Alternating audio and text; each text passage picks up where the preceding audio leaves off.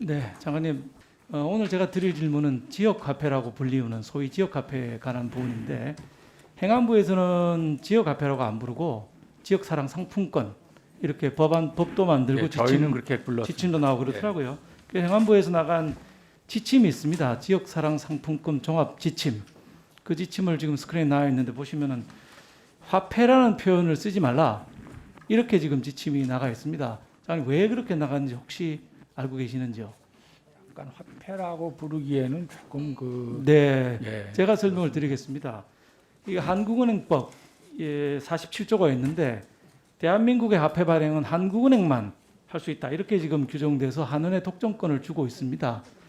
그 다음에 또 형법 211조가 있는데, 형법은 한국은행만 독점권이 있는데 다른 사람이 이렇게 발행을 하거나 유통을 시키면은 3년 이하의 징역에 처하도록 이렇게 법이 되어 있습니다. 그러니까 제가 보기에는 장관님을 모시고 있는 우리 행안부 직업 공무원들이 분석을 잘한 것 같아요. 이런 법적인 문제가 있을 수도 있기 때문에 화폐라는 이름을 쓰지 말고 지역사랑 상품권이라는 이름을 쓰라, 이렇게 한 것 같습니다. 근데 문제는 뭐라면 행안부는 아주 잘했는데 지자체들이 이걸 따르지를 않는 거예요. 지금 무려 36개 우리 지자체에서 조례를 만들었는데, 조례에다가 지역화폐에 관한 조례라고 지금 해놓고 있습니다. 이 지역화폐라는 용어를 쓰게 되면은 장관님께서 잘 만들어 놓으신 지침 이 어기고 있는 거 아닌가요? 어떻게 생각하십니까? 예, 그 부분을 한번 체크해봐야 될 것 같습니다. 예, 꼭 좀 체크해 보시고요. 네. 그 행안부가 우리 지역사랑 상품권에 예산을 많이 쓰고 계시거든요. 1년에 얼마 정도 쓰고 있는지 혹시 아시는지요? 저희가 금년도 한 8% 정도 지원을 했는데 한 9조 정도 발행을 하거든요. 네, 그러니까 한 1조에 좀 못 미치는 금액을 지원하고 있습니다. 그렇습니다. 행안부가 지원하는 돈이 뭐 7천억 정도에 지금까지 8월까지 예, 이미 썼더라고요. 그러니까 10% 할인을 해주는데 8%를 행안부가 지원하고 1%를 강역이, 1%를 기초가, 이렇게 해서 10% 할인된 금액으로 판매가 되고 있거든요. 그러니까 100만 원짜리를 90만 원에 살 수 있다는 얘기입니다. 그죠? 예, 그 차액을 이제 행안부가 지원해 주시는데, 지원해 주시는 목적은 뭔가요? 정책의 목표? 지역 상품권을 발행해서 그 지역의 어떤 소상공인을 좀 위하고 그러시죠. 예, 그러기 위해서 지역 하고 경제 있습니다. 활성화, 그죠? 예, 예. 예, 화면 한번 봐주시죠. 만약에 상품권을 A씨만 발행을 하면은 A씨 안에서밖에 못 쓰거든요. 그럼 B나 C나 D에서 쓰던 사람들 전부 A에 와서 쓰게 됩니다. 그래서 A씨의 지역 경제 활성화에 도움이 되는 건 사실입니다. 이래서 시작을 했던 것이고요. 예, 그래서 예. 근데 뭐 B, C, D가 바보가 아니거든요. 자기들도 전부 상품권을 발행한단 말이에요.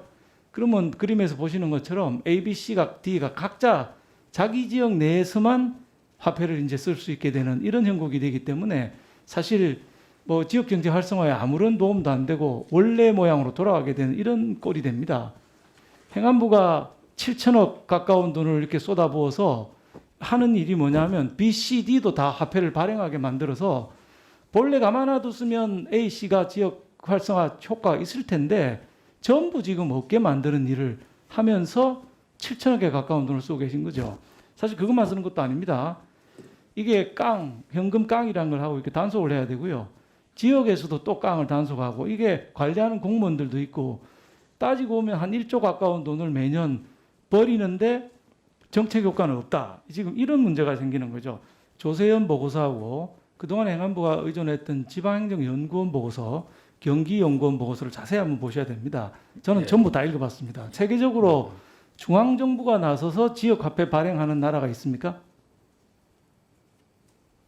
제가 가문한 탓인지 몰라도 전혀 들어보지를 저도 못했습니다. 못 들어봤습니다. 그 당연한 거 아니겠습니까? 중앙정부가 지역화폐 발행하는데 뭐 하러 나서겠습니까? 지역화폐 발행하면 저건 역사적으로 봉건주의로 회귀하는 거거든요. 그 어려운 봉건주의라는 제도를 벗어나서 드디어 중앙정부를 만들었는데 이 거꾸로 가고 있는 걸 하고 있는 거예요. 제가 보기에는 제대로 분석하고 제대로 고민하지 않은 상태로 지역화폐, 지역경제 활성화, 이런 그냥 등식을 가지고 바로 나간 것 같다는 느낌이 들고 있습니다. 그래서 장관님, 제가 평소에 존경하는 우리 장관님께서 제대로 좀 검토를 한번 해주시고, 대안으로 장관님 말씀하신 지역경제 활성화, 이걸 위해서는 이 7천억이라는 돈에 한 20%만 써도 할 수 있는 일을 제가 정책 제안을 드리고자 합니다. 우리 전통시장이 전국에 1,450개가 있습니다. 이 전통시장들을 온라인화 시켜주는 겁니다. 지금 언택트 시대가 돼가지고 물건을 직접 사러 가지는 않지만 온라인으로 주문하는데 아시다시피 전통시장은 너무 가난하다 보니까 이런 시스템을 만들 여력이 없는 거죠. 제가 계산해 보니까 1,500극 정도만 써도 충분히 전체를 온라인화 시킬 수 있습니다. 그럼 앉아서 주문하고 맛있는 거 시켜 먹고 배달 앱하고 연결시켜 주면 되는데 이렇게 작은 돈으로 한 번만 주문하면 될 거를 매년 1조씩 지금 쓰고 계시는데 지역 경제 활성화 효과는 없는 거예요. 예, 잘 알겠습니다. 아까 우리 존경하는 박한수 의원님께서 공무원 증원 문제 질문하셨는데요. 장관님 인사청문회 하실 때에 공무원을 늘리는 거에 대해서 원칙적으로 찬성하지 않는다 이렇게 발언하셨습니다. 예, 그 생각 지금도 변함이 없으신지요? 예, 그 뭐 공무원 수 안 늘리려고 참 많은 노력을 하고 있습니다. 저희는. 예, 모니터 한번 네. 봐주시죠. 어느 정부보다도 제일 많이 지금 빠르게 늘고 있습니다. 이명박 정부, 박근혜 정부, 심지어 참여정부에 비해서도 빠르게 늘고 있습니다. 약 60조 원이 매년 지금 공무원 인건비로 들어가고 있습니다. 국민들이 정확한 숫자를 보시면 아마 기절하실 정도의 돈이 인건비로 들어가고 있습니다. 제가 이게 짧게 묻고 싶은데 대통령 공약이 있었습니다. 5년 집권하는 동안에 공무원 17만 4천 명을 더 뽑겠다. 기억하고 계시죠? 예, 이대로 예. 다 뽑으면은 30년 근무하고 30년 연금 줘야 되기 때문에 약 600조 정도가 되는 돈이 들어가야 됩니다. 17만 4천 명 뽑겠다는 공약 그대로 지키시겠습니까? 아니면 장관님 조금이라도 수정하시겠습니까? 그거는 지금 국정과제로 시행이 되고 있는데 일을 안 하는 공무원 줄이면서 하셔야지 줄이지는 않고 늘리기만 하니까 제가 지금 드리는 말씀 예, 아닙니까? 예. 어쨌든 최대한 잘 버텨서 하여튼 재배치가 인사청문회 제대로. 당시에 하셨던 그 소신을 지켜주시기를 부탁드리면서 예. 다른 질문 드리겠습니다. 예, 그렇게 하겠습니다. 장관님 저 안희정 전 충남지사가 박정희 대통령에 대해서 평가를 한 적이 있습니다. 07과삼 이렇게 얘기했습니다. 역대 대통령을 진영 논리로 100% 나쁘다, 100% 착하다 이래 보지 말고 공은 공대로, 과는 과대로 봐주자 이런 얘기를 해서 뭐 중도에 있는 많은 합리적인 국민들의 칭송을 받은 적이 있습니다. 장관님 어떻게 생각하십니까? 예. 의견 없으시면 제가 질문 계속하겠습니다. 예, 장관님 저 민주화운동 기념사업회라는 단체 아시죠? 예, 예, 이 있습니다. 단체 연간 100억 정도의 보조금이 행안부에서 나가고 있더라고요. 근데 이 예, 단체가 예, 그렇습니다. 고3 학생들 모아놓고 아이패드를 상품으로 걸고 퀴즈 대회를 열었습니다. 혹시 그 사실 알고 계십니까? 예, 들은 것 같은데 자세한 예. 게 기억이 안 납니다. 저는 뭐 민주화운동에 대한 시각도 이 안희정 지사가 얘기한 것처럼은 한 진영에 편향되지 말고 07과삼의 자세로 봐야 되지 않을까 생각합니다. 화면 한번 봐주시죠. 이 질문들이 지금 나오고 있습니다. 뭐 군사 쿠데타를 통해서 부당하게 잡은 일이 박정희 때 한 번 있었다. 쿠데타를 주도해서 권력을 장악하고 18년 동안 장기 집권을 이어갔던 인물은 누구냐? 1950년대 내내 한 사람이 대통령 자리에 있었다. 헌법을 바꾸면서 12년 동안 권력을 독점했던 사람은 누구냐?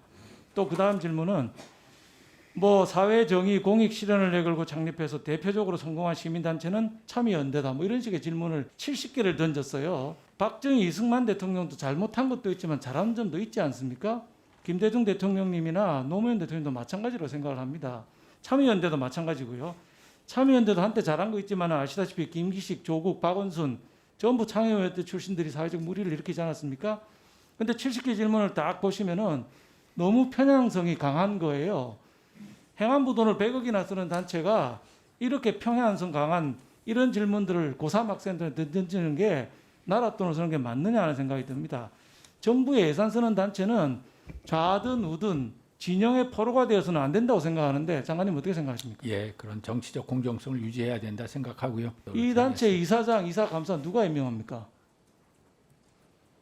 장관님이 임명권자로 되어 있습니다. 제가 평소에 존경하는 합리적인 분으로 존경하는 장관님께서 이 업무를 담당하고 계시고 임명권자이십니다. 진영으로 양극화되지 않도록 행안부가 앞장서서 정리를 해 주셔야 되지 않겠습니까? 우리 사회가 언제까지 이렇게 좌파 우파 나눠서 가야 되겠습니까? 예, 그 부분이 공정성을 잘 유지하도록 저희가 이렇게 안내하겠습니다. 예, 기대하겠습니다.